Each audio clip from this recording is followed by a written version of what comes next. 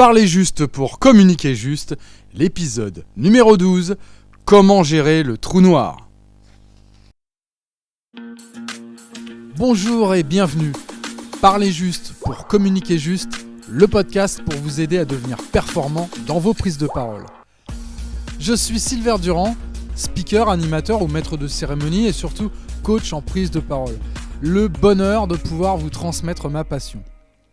Savoir prendre la parole, c'est inévitable et incontournable aujourd'hui. C'est pourquoi je vais, à travers ce podcast, vous partager mes expériences, mes outils pour maîtriser parfaitement l'art oratoire, être impactant pour parler juste, pour communiquer juste. Comment gérer le trou noir ? Quand on ne trouve plus les mots, cela arrive à tout le monde, même chez les grands professionnels. Dans ce podcast, je vais vous donner tous les trucs pour éviter les trous noirs, mais également les astuces pour parer à l'éventualité d'un trou de mémoire. Dans le contexte d'une prise de parole, un trou noir peut désigner une pause ou un moment de silence qui dure trop longtemps et qui peut déstabiliser l'audience et puis nuire à la qualité de la présentation. Cela peut arriver lorsqu'un orateur oublie ce qu'il voulait dire et qu'il est interrompu par une question ou une distraction par exemple. Ou alors qu'il est simplement nerveux ou anxieux. Et cela arrive encore une fois à tout le monde, même aux meilleurs.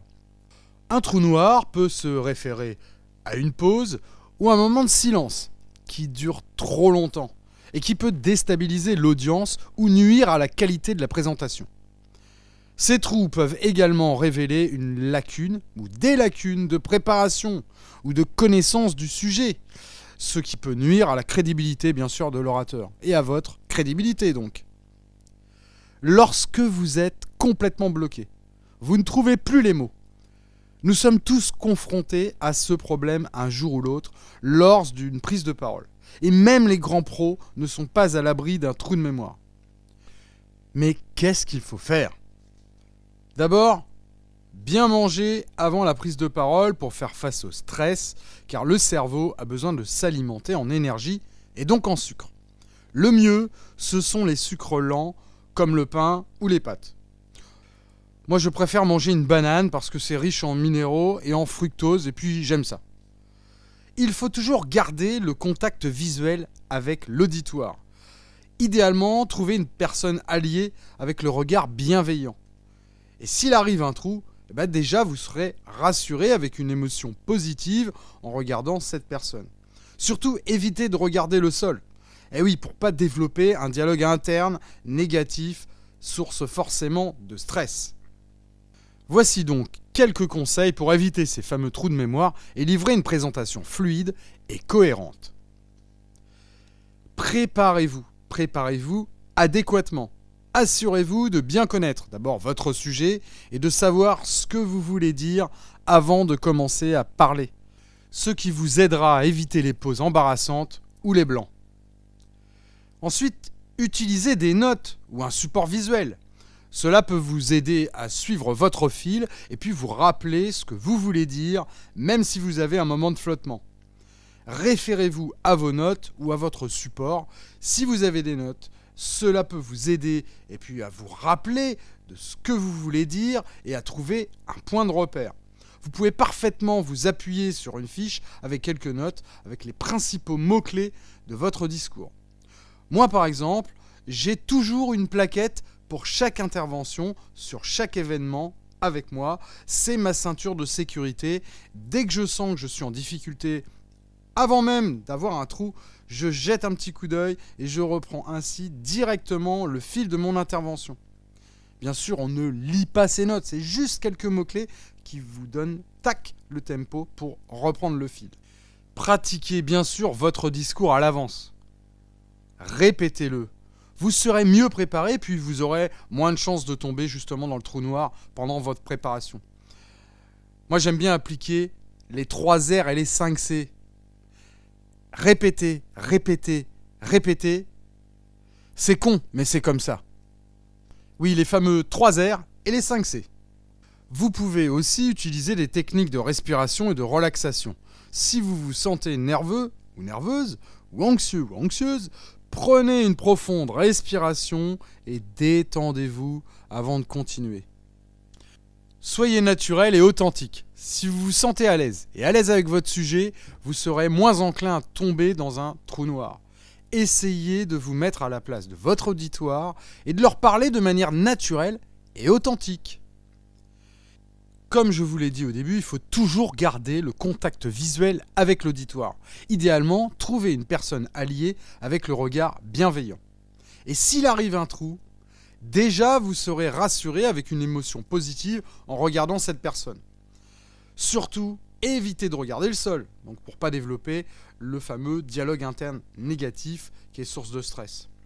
En suivant ces conseils, vous devriez être en mesure d'éviter ces fameux trous noirs dans votre prise de parole et puis de livrer un discours fluide et cohérent.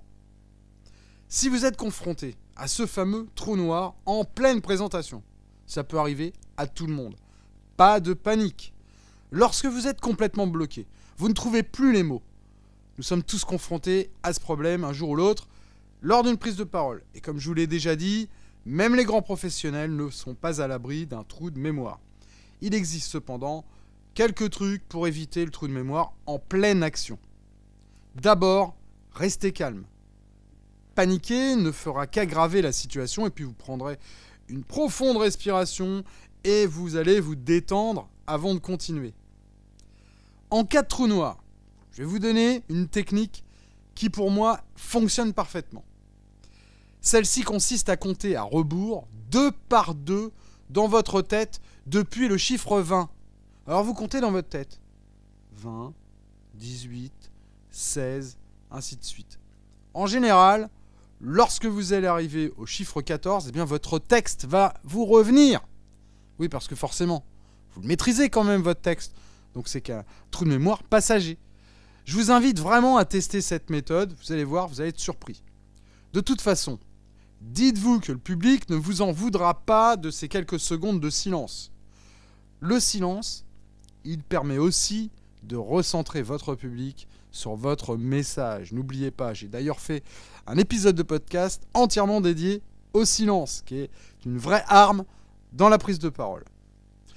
Si le trou noir persiste, et bien là, moi le conseil que je vous donne, c'est de le partager avec le public. Vous vous montrerez humain en l'assumant avec le sourire, vous verrez, ça ne peut que passer.